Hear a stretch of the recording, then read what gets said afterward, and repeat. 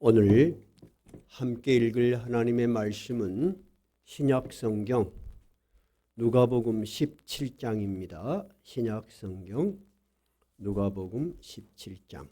제가 가진 성경은 신약성경 124페이지입니다.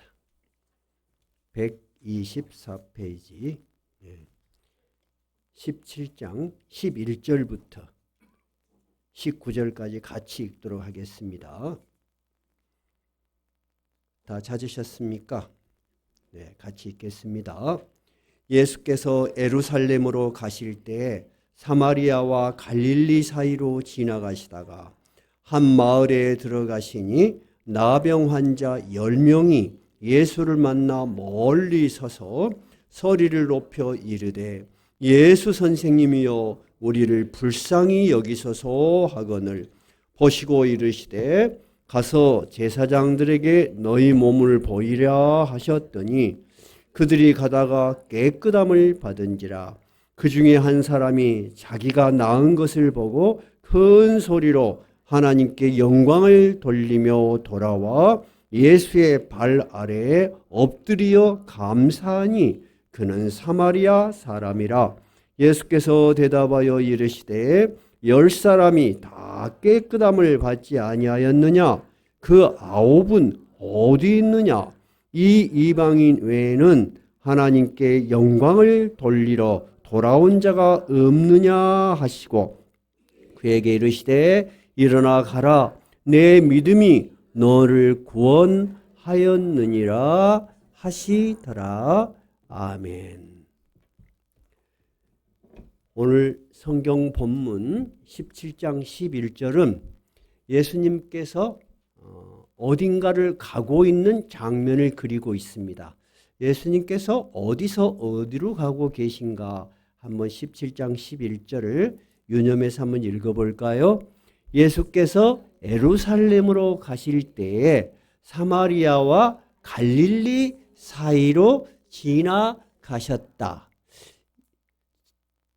지금 예수님은 유대의 가장 북쪽에 있는 갈릴리 지방에 있었습니다. 예수님의 고향이시죠. 예수님의 활동 본거지입니다. 갈릴리는 제일 북쪽에 있어요. 그 밑에 유대 가운데에 사마리아라는 별도의 사람들이 살고 있는 지역이 있었어요. 그리고 유대의 수도는 어디입니까? 예루살렘은 가장 남쪽에 있어요. 그럼 예수님이 지금 장면을 보니까 어디에서 어디로 가시는 길입니까? 갈릴리에서 예루살렘으로 가시는 길이군요. 근데 그 사이에 중간에 있는 사마리아 지역을 거쳐가게 돼 있어요. 그런데 이 사마리아 사람들은 순수한 유대인들이 아니고 혼혈인들이에요. 역사적으로 보면은 유대 사람들의 하층민과 이방의 사람들이 와서 혼합됐어. 혼혈인들이에요. 지금의 우리 용어로 말하자면 다문화 가족 그런 건데 우리가 어렸을 때 화교 아이들이나 또는 피부가 우리하고 다른 아이들 오면 뭐라고 비하했어요? 튀기다. 그리고 그랬어요. 요즘은 쓰는 큰일 날 용어들이죠. 혼혈인들에 대해. 근데 이들이 단순한 혼혈일 뿐만 아니라 유대의 정통 종교에서 벗어난 신앙생활을 했어요. 그래서 유대인들은 저 사람들은 우리하고 달라 하고 심지어 사마리아 사람들을 개라고 불렀어요. 그래서 사마리아 지역을 통과하지 않고 돌아서 갔어요. 아마 지금 그런 상황인지 않을까. 사마리아와 갈릴리 사이로 지나가더라. 그러니까 갈릴리하고 사마리아 그 경계선을 통해서 지나가는 어느 마을에서 일어난 일을 이야기하고 있는 것 같습니다.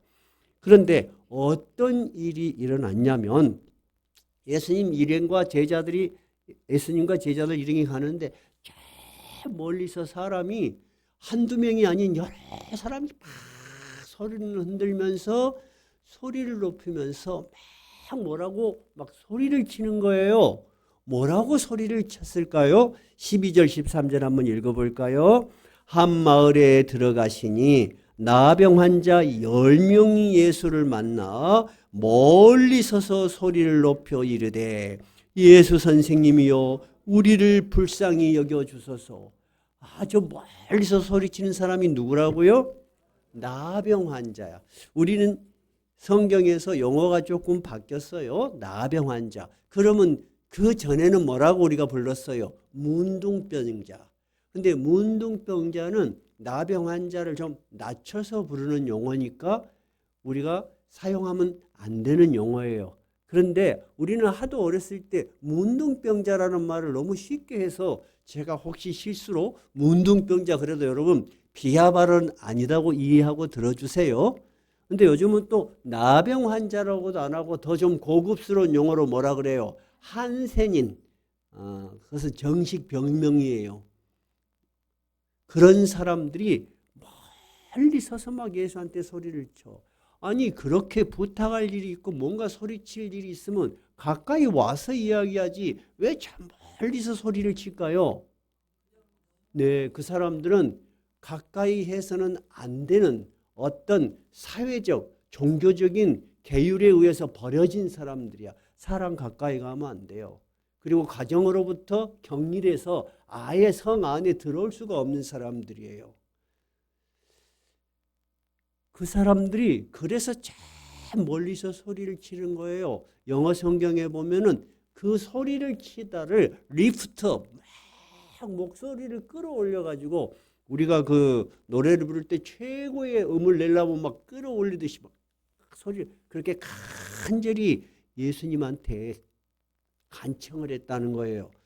그런데 이 나병 환자들이 이 사회적으로 종교적으로 격리되어 있다는 것을 우리가 성경을 통해서 정확하게 살펴보면은 이 성경이 얼마나 구체적이고 현실적인가 좀 실감할 수 있어요. 여기다 책갈피를 딱 끼워 놓으세요. 책갈피를 끼워 놓으시고 이제 지금은 신약 시대 예수님 당시를 이야기하는 거죠. 그거보다도 훨씬 이전에 예수님보다 1500년 정도 이전에 이들에 대해서 어떻게 규율을 했는가 한번 살펴보도록 합시다. 레위기 13장 45절이에요. 레위기는 구약 성경으로 돌아가야 돼요. 구약 성경 165페이지. 한번 다들 한번 찾아보세요. 165페이지.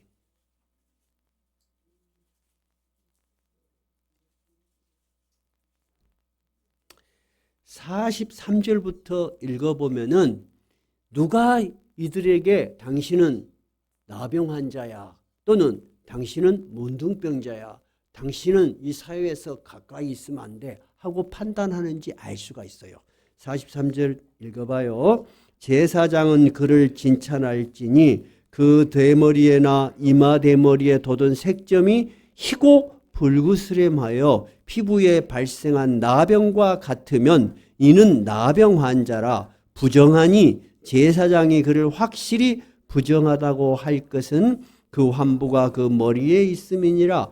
나병 환자는 옷을 찢고 머리를 풀며 윗입술을 가리고 외치기를 부정하다 부정하다 할 것이요 병 있는 날 동안은 늘 부정할 것이라. 그가 부정한즉 혼자 살되 진영 밖에서 살지니라. 나병 환자로 판단을 누가 한다고요? 그 당시에 제사장이 아주 면밀히 일주일 살펴봐요. 자, 우리가 나병은 가장 보이는 증상이 피부에 나타나는 거죠. 그죠? 여러분들 나병 환자 직접 본 일 있으세요? 나는 직접 본 일 있다 손 들어보세요. 많이 없으시네요. 한 번도 본 일이 없다 손 들어보세요. 꽤 많으시네. 애양원이 있어요. 신풍애양원에 가면 우리가 어렸을 때는 교회에서 신풍애양원에 교회가 있고 애양원 병원이 있어요. 교회에 예배드리러 위문하러 갔어요. 근데 가면은 집집마다 환자들이 앉아 있는데 완전히 콧구멍이 없어요. 코가 없어요. 코가 없으면 뭐가 보이죠? 콧구멍이 보여. 뻥 하고 눈이 막 하고 내려앉고 온몸이 막 녹아 늘어서 그냥 뭐라 그러죠? 문드러진다고 하죠. 막 그래서 피부가 늘어서 솔직히 사람같이 잘 안 보이고 좀 무서워요. 어렸을 때는 단체로 가니까 무섭다기 이전에 가련하다는 생각이 많이 들었지만 개인적으로 만나면 어때요? 무서웠어요. 일단은 무섭고 혐오스럽게 보여요. 그래서 불과 얼마 전만 해도 문둥이다 그러면 동네들이 나와서 돌을 막 던지고 숨고 막 그랬어요. 심지어 어떤 말이 막 돌았어요. 문둥이가 애들이 잡아다가 간을 빼먹는다. 간을 먹으면 문둥병이 낫는다. 그런 흉악한 소문이 막 돌고 그랬어요. 사회에서 문둥병 환자들에 대한 어때요? 생각이나 또는 갖고 있는 정서가 거부하는 거예요. 그러니까 구약 성경에 예수님이 오시기 전에 1500년 전에 레위기는 율법사에 들어가잖아요. 거기에도 이 피부병은 피부병인데 단순한 피부병인지 문둥병인지 그 당시에 누가 면밀히 살폈다? 제사장이 살폈어. 근데 주로 생기는 게 피부병이 허옇게 번져. 그래서 아마 이런 증상을 보고서 일주일 동안 관찰하고 당신은 여기 살면 안 되겠다 하고 일단 격리를 시켜. 읽으니까 46절 뭐라 그래요? 병 있는 날 동안은 늘 부정할 것이라 그가 부정한 즉 혼자 살되 진영 밖에서 살아야 돼. 혼자 살고 쫓겨나서 밖에 나가 살아야 돼. 그런데 45절에 보면은 그 사람들은 다닐 때 어떻게 다녀야 돼? 나병 환자는 자기 옷을 막 찢으면서 무슨 말이냐면 사람들 사이에 이렇게 지나가거나 사람들하고 부딪히거나 사람들이 가까이 오면 자기 옷을 찢고 뭐라 그래? 자기가 막 외쳐야 돼. 머리를 풀고 위 입술을 가리고 외치기를 부정하다 부정하다. 히브리어는 다메 나는 부정한 사람이에요. 나는 부정한 사람이에요. 내 가까이 오지 마세요 하고 경계를 해줘야 돼요. 여러분 이 나병 환자들이 가련해요 가련하지 않아요? 진짜 가련하죠. 그러면 이 사람들도 사람인데 어울려서 누군가하고 살아야 되는데 누군가하고 어울려 살겠어요? 나병 환자들끼리 어울려서 사는 거야. 그것이 이들의 운명이야. 이들은 고칠 수가 없어요. 그래서 이들의 병을 우리가 흔히들 천형이라고 해요. 근데 의학이 발달됐어요. 의학이 발달되면서 이것은 유전병이 아니고 전염병이라는 것을 발견했어요. 그것이 불과 100년, 200년도 안 됐어요. 그러면 우리나라에서 이 나병 환자들을 격리해서 전부 모아놓은 가장 대표적인 곳이 어디예요? 설옥도예요. 근데 우리는 설옥도만 생각하지 진짜 가까이 있는 신풍 애양원을 잘 몰라. 설옥도 병원도 여러분 1926 우리 신풍 애양원은 1926년에 저기 광주에 있는 민간인이 하던 나병 환자들을 격리하는 차원에서 신풍으로 옮긴 거야. 근데 신풍이 그 당시에 굉장히 경치도 좋고 환경도 좋다 생각했는가 봐. 근데 그들을 치료하기 위해서 그랬을까요? 사회에서 격리하기 위해서 그랬을까요? 주로 처음에는 격리의 목적이었어. 그래서 막 강제로 끌려오고 그 소식을 들은 저 북한에 사는 예를 들어서 그 나병 환자들도 결국은 자기가 가야 될 곳이 거기라고 걸어가. 그래서 유명한 문둥 시인이 있잖아요. 그런 시 속에도 나타나지만 그들은 그 먼 길을 가서 다 격리돼서 살았던 거야. 근데 점점 이제 이것이 아까 말한 대로 이것은 치료할 수 있는 전염병이다. 그래서 1종도 아니고 2종으로 떨어졌어요. 그러니까 우리가 누가 문둥병이 있다. 그러면 유전이 아니고 그리고 쉽게 전염이 잘 안 돼요. 상처하고 상처를 직접 이렇게 대거나 그러지 않으면 전염이 안 돼요. 제가 하고 싶은 이야기는 근래에 와서도 문둥병자들을 다 격리를 해서 살았단 말이에요. 불과 우리가 이들을 격리해서 치료라도 해준 것은 100년밖에 안 됐어. 그럼 오늘 성경에 나타난 이 문둥병자는 지금으로부터 몇 년 전 일이요? 2000년 전 일이요. 그럼 다시 본문으로 돌아가요. 2000년 전에 그들은 아무 희망이 없어. 살점은 떨어져 나가고 손과 발가락도 떨어져 나가요. 그리고 뭐 온 신체가 막 문드러지고 고칠 수도 없고 고향에 갈 수도 없고 사람들하고 접촉할 수도 없어. 그런 상황에서 예수님이 지나간다는 소리를 들은 거예요. 근데 이 예수님이 가련한 사람들, 고칠 수 없는 환자들, 이런 사람들을 고쳐줬다는 소문을 들은 거야. 자기들에게는 일생일대 정말 유일한 기회일 수 있어. 왜냐하면 자기들은 예수님을 찾아서 갈 수 없는 사람들이야. 예수님이 마침 그쪽을 지나가는 길이었다 그 말이에요. 이해가 되세요? 보통 환자들처럼 예수님이 있는 곳을 찾아갈 수가 없어. 근데 예수님이 이 지역을 지나간다는 말을 들었어. 그러니까 서서 저쪽에서 예수 선생이요, 우리를 불쌍히 여겨주십시오. 그렇게 소리를 높이는 거예요. 13절 한번 읽어볼까요? 13절 소리를 높여 이르되 예수 선생님이요 우리를 불쌍히 여기소서 하는. 여기서 예수 선생님이요, 우리는 항상 주님 주님, 그런데 여기서는 예수 선생님이라고 번역이 돼 있어요. 영어 성경에 보통 선생님은 티처죠. 그보다 좀 더 권위가 있고 위험이 있을 때는 마스터라고 불러요. 영어 성경은 마스터라고 번역이 되어 있고 헬라어는 에피스파테스, 그러니까 일반적인 선생님이 아니야. 당신은 진짜로 권위 있고 유명한 선생님 우리가 알고 있습니다. 선생이요 우리를 고쳐주셔서 막 그렇게 소리를 치는 거예요. 근데 본문을 쭉 살펴보니까 이 10명의 나병 환자의 구성이 있어. 몇 명은 누구래요? 9명은 유대인이야. 1명은 사마리아인이야. 근데 아까 제가 이야기했죠. 유대인하고 사마리아인은 같이 상종해? 상종 안 해. 같이 식사를 하면 안 돼. 그 지역에 들어가서 뭔가 일을 하면 안 돼. 그러면 죄를 물을 수 있는 그런 안 좋은 관계야. 근데 이들이 붙어 다녀. 왜 그럴까?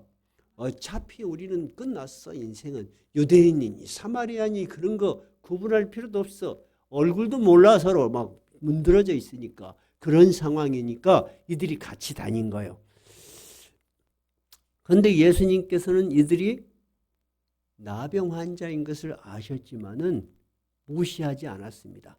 본문에는 어떤 가정이 생략되었어요. 14절에 보시니까 14절에 보니까 뭐라고 있어요? 보시고 이르시되. 근데 예수님이 저 멀리 있는데 그들을 보시고 이르시되 제사장에게 가라. 그렇게 하지는 않았을 거예요.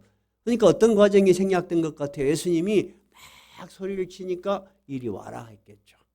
이리 와라. 그래서 그들이 두려운 마음으로 갔어. 가니까 예수님이 보시고 그런 말이에요.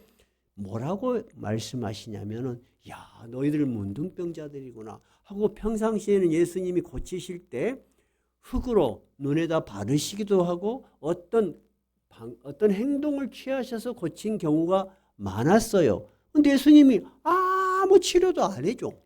치료도 안 해주고 뭐라고 하는 거지? 뭐라고 하냐면 뭐라고 하나요?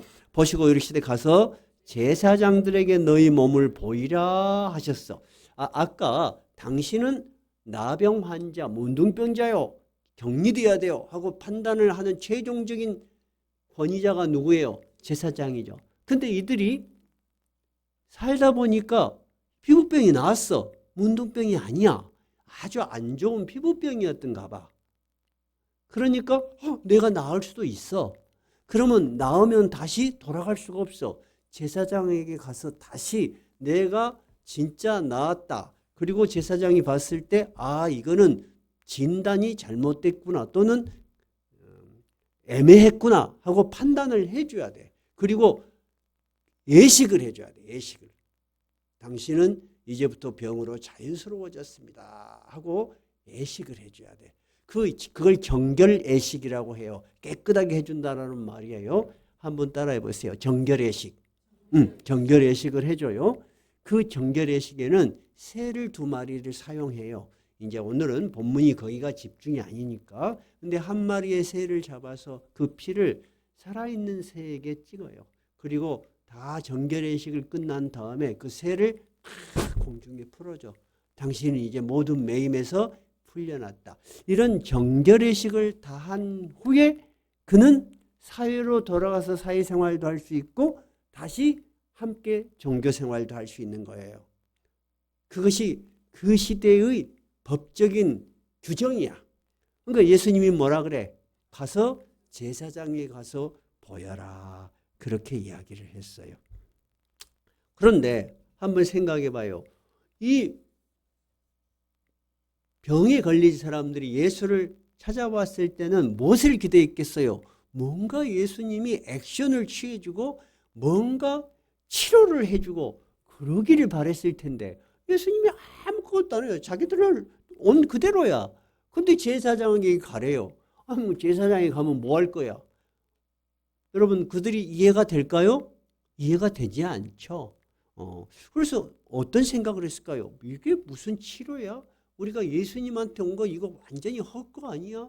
괜히 기대를 한 거 아니야? 실망했을 수도 있겠네요. 사람이니까. 그죠? 생각은 다양했을 거예요. 몇 명이에요? 10명이에요. 그런데 그들은 어쨌든 마지막 희망이야. 그래서 그들이 같이 이제 제사장에게 가는 길입니다. 그때 얼마나 갔는지 몰라요. 우리가 생각할 때는 지금의 도로, 이런 평평한 도로를 생각하면 안 돼요. 갈릴리하고 사마리아 지역 사이를 지나갔고 그들이 문둥병자들이 10명이나 서서 막 소리를 쳤다 하면 이것은 민가하고 많이 떨어진 어떤 산길이라고 우리가 추측할 수 있어요. 그죠? 그들이 얼마나 그 길을 따라서 갔는지는 모르지만 가는 길에 보니까 자기들의 몸에 변화가 생긴 거예요. 한 사람이 내 몸에 하얀 반점, 피부병 이런 것이 없어진 거야. 지금 성경신학자들은 이들의 지금 나병과 지금의 우리가 과학적으로 문둥병, 나병 환자, 한센병 하는 병하고 똑같은 건지는 잘 몰라요. 다만 분명한 것은 아주 악성 피부병이고 그 시대에 나병 환자로 이렇게 확정이 된 사람들이야. 근데 어쨌든 이들이 가다가 보니까 병이 나은 거야. 한 사람이 내가 이게 나병이 나았네. 이게 야 이상하다. 이 피부가 다시 변했다. 이렇게 하는 거야. 다른 사람들도 보니까 어때? 다 변해가는 거야. 여러분 놀라운 일이 아니요. 엄청 놀라워. 너무너무 놀라운 일이에요. 자, 그때 이 사람들 사이에서 어떤 일이 일어났는가 우리가 한번 추측해 봐요. 자, 내가 보니까 피부병이 진짜 나았어. 뭔가 변화가 있어. 엊그제까지 막 농이 흐르고 그러던 것이 깨끗해졌어. 근데 나뿐만 아니라 옆에 사람도 나도 막 나았네. 그럼 웅성웅성 막 그럴 거 아니에요. 그러면 여러분이 나병 환자라면 어떤 생각이 들 것 같아요? 첫째, 어떤 생각이 들 것 같아요? 이것이 이렇게 나았으면 누구한테 가야 돼? 제사장한테 빨리 가야지. 예수님도 제사장한테 가라고 그랬어. 제사장한테 가서 빨리 내가 확정 판결을 받고 깨끗하다는 판결을 받고 어디로 돌아가고 싶어? 가정으로 돌아가고 사회로 돌아가고 싶지. 너무 신기하지 않겠어요? 사람들은 생각은 다양했을 거야. 근데 한 나병 환자는 다른 생각을 했다는 거예요. 한번 찾아봐요. 15절 한번 읽어봐요. 15절. 그 중에 한 사람이 자기가 낳은 것을 보고 큰 소리로 하나님께 영광을 돌리며 돌아와 예수의 발 아래에 엎드려 감사하니 그는 사마리아 사람이라. 그는 이 병이 나은 것에 대해서 첫째, 너무 확실하게 하나님이 아니면 어떻게 이런 일이 일어날 수 있겠느냐고 이 모든 변화의 시작을 하나님이라고 믿었다는 거예요.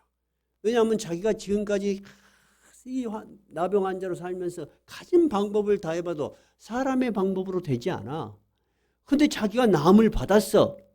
우리가 살아가면서도 여러분도 어려운 일이 있으시고 힘든 일이 있으시고 또는 인생의 굽이굽이 많은 시간들을 거쳐왔어요. 그죠? 근데 한번 잘 생각해 봐요. 근데 우리가 그런 일들이 해결이 됐어. 그러면 우리가 순간적으로 하나님이 나를 도우셨구나 그런 생각이 강해요? 아니면 내가 쓸데없이 걱정했구만 하고 그런 생각을 하세요? 아니면 이것이 우연하게 잘 풀린 것 같아요? 여러 가지 생각이 가능해요. 이들도 아마 제가 생각했을 때는 이런 생각을 했을 거예요. 자기 병이 나았어.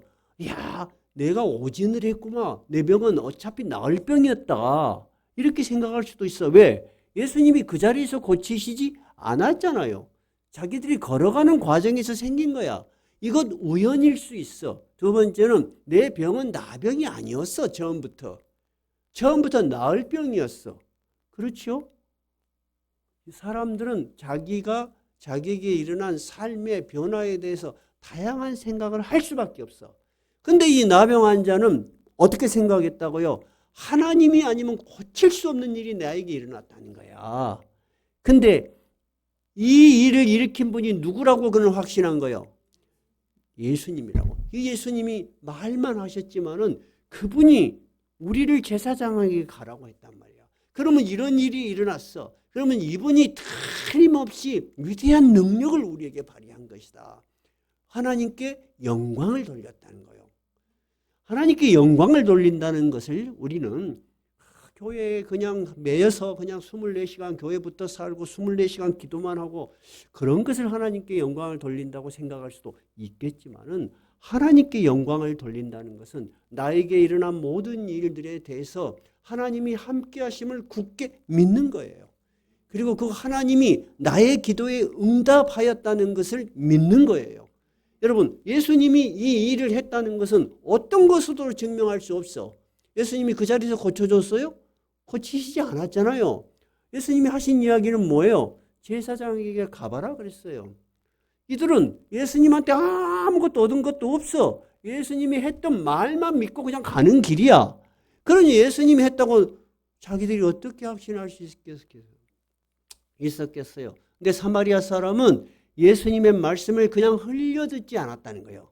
나에게 이 말을 하신 그분의 말을 통해서 하나님이 능력을 우리에게 보이셨다.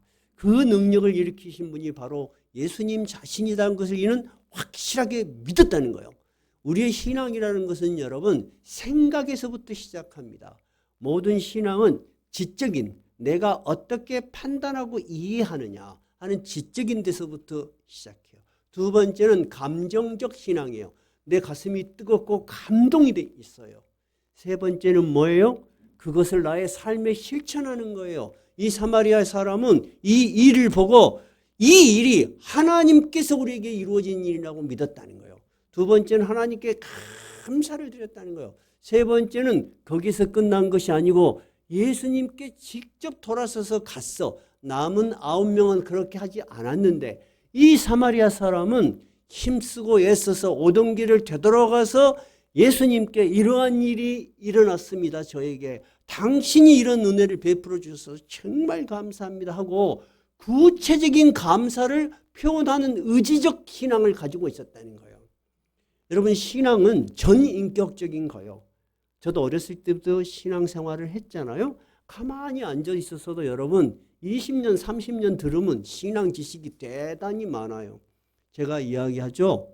뜨거운 마음으로 한 몇 년 교회 다니다가 신학교에 온 사람하고 우리처럼 수십 년 신앙생활한 사람하고 차이점이 뭐냐? 그 사람들은 신앙에 고민이 좀 부족해요.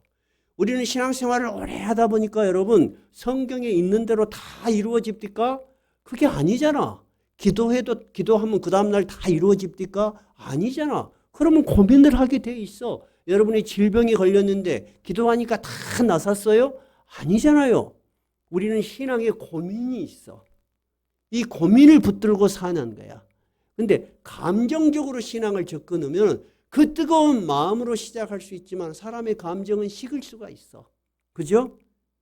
그런데 아무리 교회를 오래 다니고 많이 배워도 하나님의 나라를 위해서 헌신하고 봉사하고 자기를 희생하지 않는 사람도 분명히 많이 있어요, 여러분. 그것은 의지적 신앙의 결핍이에요. 여러분은 어떤 신앙인이에요? 지성적 신앙이에요? 감정적 신앙인이에요? 의지적 신앙인이에요? 아니면 다 어우러진 전인격적인 신앙인이에요. 이제 우리가 생각해 봐야 되겠죠? 근데 이 사마리아 사람은 예수님께 돌아왔어요. 그런데 예수님께서는 돌아온 사람과 돌아오지 않는 사람의 차이점을 이야기해 주세요. 한번 찾아봅시다. 16절에 뭐라고 성경은 기록되어 있냐? 예수의 발 아래 엎드려 감사하니 그는 누구라고 되어 있어요? 사마리아 사람이라. 굳이 이런 말 쓸 필요가 있겠어요? 왜 성경에 굳이 그를 그렇게 존경받지도 않고 그리고 인정되지도 않는 사마리아 사람이라는 신분을 여기다가 썼을까요? 그러면 나머지 사람은 어떤 사람이라는 거야? 돌아오지 않는 그들은 유대인이었더라죠. 그럼 유대인은 나쁘다는 표현이에요? 아니에요. 차이점이 뭐예요? 유대인들은 예수 그리스도, 하나님, 율법, 이 모든 예수 그리스도를 그들은 그 당시에는 이제 몰랐으니까 유대인들은 하나님의 율법을 가지고 있고 율법의 정통으로 배운 사람들이야. 하나님이 누구신지를 알았지만은 이 일을 하나님이 했다는 거, 그 하나님께 감사와 영광을 돌리지 못했다는 거예요. 근데 사마리아 사람은 유대인들이 생각할 때는 이들은 하나님을 섬길 자격도 없다고 생각했어요. 가까이 하지도 않았지만 그에게는 뭐가 있었다? 그 살아계신 하나님의 능력에 대해서 감사와 감동이 있었다는 거예요. 그리고 그들은 다 자기 일을 보러 갔지만은 이 사마리아 사람은 자기의 일보다 먼저 나에게 은혜를 베푼 그 예수님에게 돌아가서 감사를 드리는 의지적 결단이 있었다는 거예요. 이것이 차이점이요. 그래서 예수님이 물어보는 거예요. 뭐라고 물어봐요? 한번 찾아봐요. 18절 한번 17절 한번 읽어봐요. 예수께서 대답하여 이르시되 10사람이 다 깨끗함을 받지 아니하였느냐? 그 9은 어디 있느냐? 10명이 이제 두 가지 종류로 나뉜 거예요. 9명의 유대인들, 많은 성경 지식과 하나님에 대한 신앙적 경험이 있음에도 불구하고 하나님께 감사를 표현할 줄 모르는 9명. 그리고 사마리아 사람은 어떤 사람이요? 예수님께 돌아와서 하나님께 영광을 돌린 사람이에요. 예수님께서 직접 이야기했어요. 예수님께서 자 18절 읽어봐요. 이 이방인 외에는 하나님께 영광을 돌리러 돌아온 자가 없느냐. 하나님께 영광을 돌린다는 것은 기본이 뭐냐면 내가 하나님께 많은 것을 하는 것이 아닙니다. 언젠가 다시 한번 설교를 하겠지만은 신학적인 용어로는 사람이 뭔가를 많이 해서 하나님을 영화롭게 생각한다는 종교적 관념이 우리 신자들 사이에 많이 뿌리박혀 있어요. 그것을 doing이라고 해요. 영어로 뭔가를 하다를 do라고 해요. 잘 아시죠? doing 해보세요. doing. 그것은 doing은 뭔가를 함으로 하나님께 영광을 돌린다고 생각하는 거예요.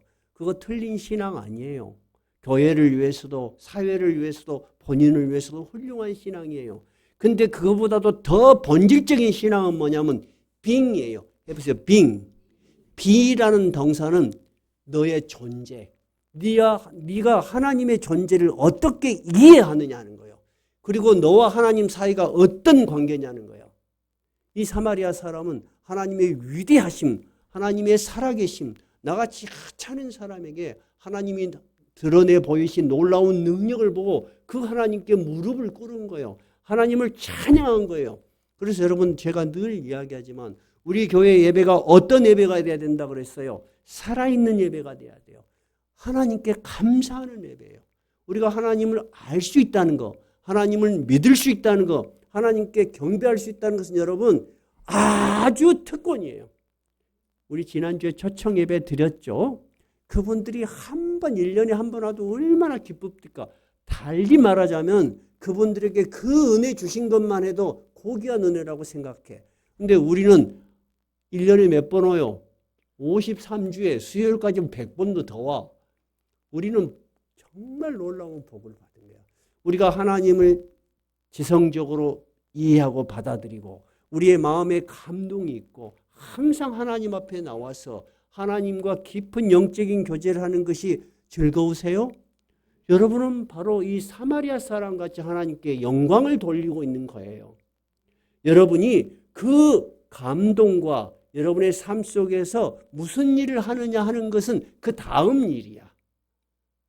이해가 되세요? 그래서 예수님께서 이 사마리아 사람의 믿음을 하나님께 영광을 돌린 믿음이라고 칭찬하시면서 그걸로 끝나는 것이 아니에요. 마지막에 뭐라고 축복하셨는가 봐요. 19절 그에게 이르시되 일어나 가라 내 믿음이 너를 구원하였느니라. 이 사마리아 사람이 무릎을 꿇고 예수님 내가 당신 덕분에 이렇게 나왔고 하나님이 나에게 베풀어 주는 은혜를 입었나이다. 그러니까 예수님께서 그 사람의 감사에 대해서 아니 나은 사람은 10명이지 않냐. 근데 9명은 어디 가고 니만 왔느냐 하는 말은 여러분 그 9명을 나무래기 이전에 너의 믿음이 참으로 귀하다는 거예요. 너의 믿음은 참으로 하나님께 영광이 되는 믿음이라는 거예요. 그러므로 내가 너에게 또 하나의 축복을 하마. 그 이야기예요. 어떤 축복을 하셨어요? 일어나라. 내 믿음이 너를 구원하였다. 모든 10명의 사람들은 육신적인 병을 고쳤죠. 이제 나았어요. 그 뒤에 어떻게 됐는지 성경은 추적하고 있지 않아요. 자, 나았어. 그럼 그들은 평생 살았을까? 아니지. 나병은 나았지만 또 다른 병으로 죽을 수도 있고 사고로 죽을 수도 있어. 근데 이 사마리아 사람들에게 어떤 축복이 더해졌어요? 구원의 축복. 구원이 뭐예요?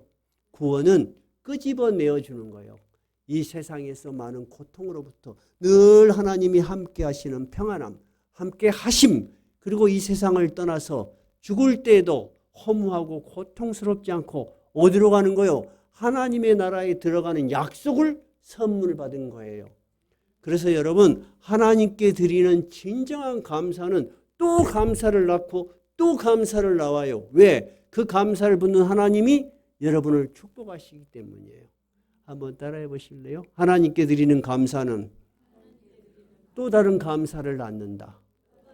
그것이 하나님이 기쁨이에요. 하나님이 우리를 향한 거예요. 하나님은 우리가 신앙을 가짐으로 감사하고 기쁘게 살기를 바라는 거예요.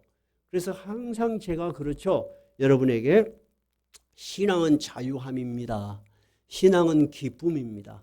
여러분 마음에 예배의 기쁨이 없다면 여러분 하나님께 영광 되지 않아요.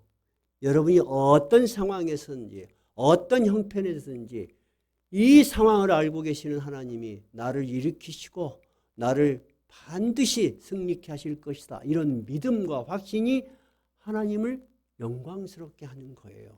오늘 본문의 말씀은 그런 이야기예요. 사람은 누구나 신앙을 가질 때 하나님의 은혜와 축복을 바랍니다. 여러분 그러시죠? 그것은 본능적인 바람입니다. 그러나 우리가 오늘 본문을 통해서 살펴볼 것은 우리가 그런 바람은 있고 그런 기도도 하면서 우리는 너무나 문득 내가 살아왔던 지난 일들 그리고 내가 살고 있는 현재 그리고 내가 모르는 미래에 대해서 하나님이 나와 함께 하심을 잊어버려. 그리고 하나님이 함께 하셨음도 잊어버리니까 뭐가 없어? 감사가 없어. 감사가 없으면 뭐가 없어요? 감동이 없어. 감동이 없으면 뭐가 없어요? 행동을 할 수가 없어. 근데 여러분 거꾸로 하나님이 나와 함께 하셨음을 분명히 내가 인식이 되고 그것이 나의 마음에 감동이 있으면은 누가 하지 말아라 그래도 찬양이 우러나와. 저도 어저께 찬양 이 설교 준비를 하면서 저도 역시 돌아보면서 나에게 베푸신 하나님의 은혜를 생각하니까 너무너무 감사해. 찬양을 몇 곡 불렀어. 그래서 여러분의 오늘 주보를 드렸어요. 주보 안에 보면은 하나님이 내게 주신 감사한 일 한번 생각해 보자는 거예요. 우리가 살아온 일들을 그냥 사람의 눈으로만 보면 여러분 감사할 일이 없고 감동할 일이 없어. 근데 하나님의 시각으로 봐. 우리의 신앙의 눈으로 봐. 아, 하나님이 나를 이렇게 인도하시고 이까지 함께 하셨구나 하는 구체적인 사실에 대한 이해가 있으면 여러분 찬양은 정말로 감동이 있고 감사가 있고 우리의 삶은 변화되기 시작하는 거예요. 오늘 10명의 문둥병자는 모두 다가 예수를 찾아와서 간절히 부르짖었어요. 그리고 10명 다 나음을 받았어. 근데 이 나음이 하나님이 주신 놀라운 은혜라는 것을 깨닫고 예수님께 간 사람은 몇 명이었다? 한 명이었어. 그 사람은 어떤 사람이었다? 사마리아 사람이었어. 근데 예수님은 그에게 뭐라고 했다고요? 하나님께 영광을 돌린 유일한 사람이라고 칭찬했어요. 그리고 더 큰 복으로 그에게 가라 하고 축복하셨어요. 우리가 오늘 이 본문을 살펴본 것은 다음 주 우리가 추수감사 예배를 드립니다. 추수감사 예배를 드리면서 제가 고민을 많이 했어요. 제가 어렸을 때부터 큰 교회에서 어린 시절을 지냈습니다. 추수감사를 드리면 지금도 교회들이 그렇게 할 수도 있고 또 교회 형편에 따라서 그렇게 할 수도 있지만 추수감사 예배를 드리면 꼭 교회에서 항상은 아닌지 모르겠지만은 작정 헌금이란 걸 했어요. 교회를 지어야 되니까 무엇을 해야 되니까. 교인들이 추수감사가 즐거운 것이 아니고 막 짐이 되고 고민을 하고 그런 걸 많이 봤어요. 근데 교회가 형편에 따라서 그럴 수 있다고 봐요. 그러나 감사의 본질은 무엇을 하느냐 하는 것이 아닙니다. 감사의 본질은 나에게 어떤 일이 일어났는가를 내가 깊이 생각하고 그 하나님을 높이고 그 살아있는 하나님을 인정하고 하나님께 감사를 드리는 것이 감사의 본질이에요.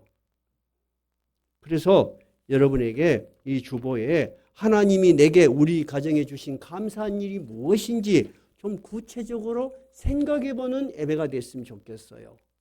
저도 여기가 목회 노트예요.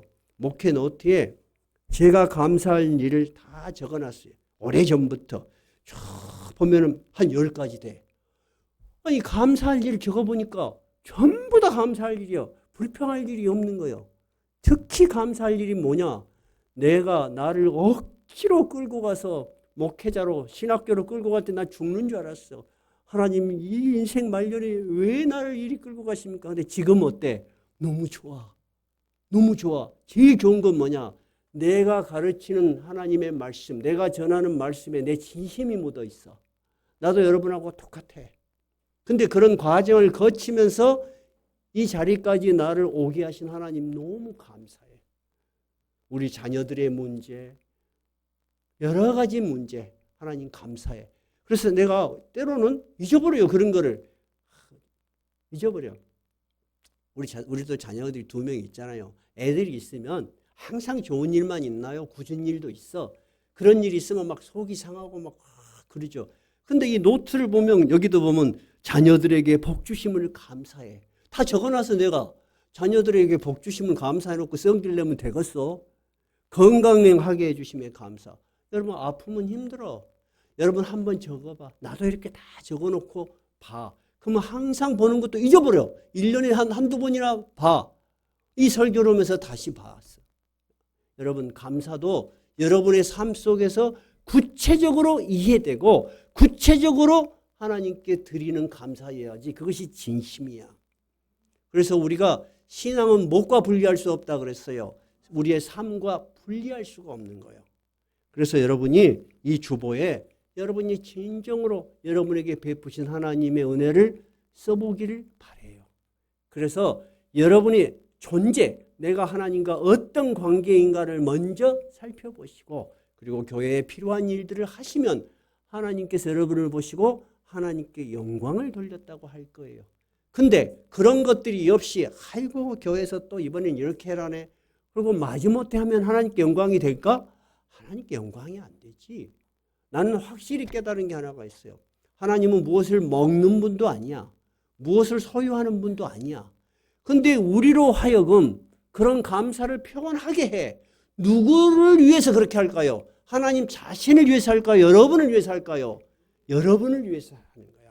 이 사마리아 사람에게 하나님께서 예수님께서 네가 하나님께 영광을 돌렸다 하면서 더 큰 복으로 갚으시잖아요. 이것이 여러분 하나님이 우리하고 다른 거야. 우리는 우리가 무엇인가를 한다고 생각하는데 하나님은 웃으셔. 네가 하는 그 일로 네가 복을 받을 것이다. 나는 다음 주 우리 추수감사 예배가 이런 의미 있는 예배, 나의 삶에 의미 있는 예배, 나의 삶에 감사가 있는 예배, 이 감사가 더 큰 감사로 이어지는 참으로 복된 예배가 되기를 바랍니다.